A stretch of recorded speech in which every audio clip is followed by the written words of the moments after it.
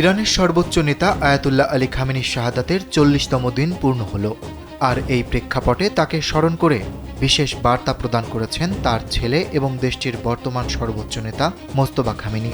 বৃহস্পতিবার সামাজিক যোগাযোগ মাধ্যম এক্সে দেওয়া এক পোস্টে মোস্তফা খামেনি তার পিতা আয়াতুল্লাহ খামেনির মৃত্যুকে সরাসরি শত্রুদের ভয়াবহ অপরাধ হিসেবে আখ্যায়িত করেন। তিনি বলেন, ইসলাম ও ইরানের শত্রুদের পৈশাচিক হামলায় ইসলামী বিপ্লবের নেতা, উম্মার পথপ্রদর্শক এবং প্রতিরোধের গুরু খামেনির শাহাদাতের আজ ৪০তম দিন পূর্ণ হল। জীবন অবাক না করলে কে করবে? 28% মিল্ক ফ্যাটের অবাক করার সাথে ফ্রেশ মিল্ক পাউডার। জীবন অবাক করুক প্রতিদিন। গেল ২৮ ফেব্রুয়ারি যুক্তরাষ্ট্র ও ইসরায়েলের শুরু করা যৌথ সামরিক অভিযানে খামেনি নিহত হওয়ার পর থেকে ইরান এক গভীর সংকটের মধ্য দিয়ে যাচ্ছে।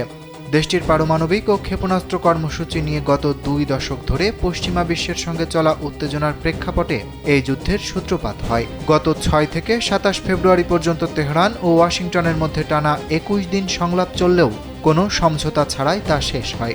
এর পরদিন ২৮ ফেব্রুয়ারি মার্কিন সামরিক বাহিনী ইরানে অপারেশন এপিক ফিউরি এবং ইসরায়েল একই সঙ্গে অপারেশন রোয়ারিং লায়ন শুরু করে।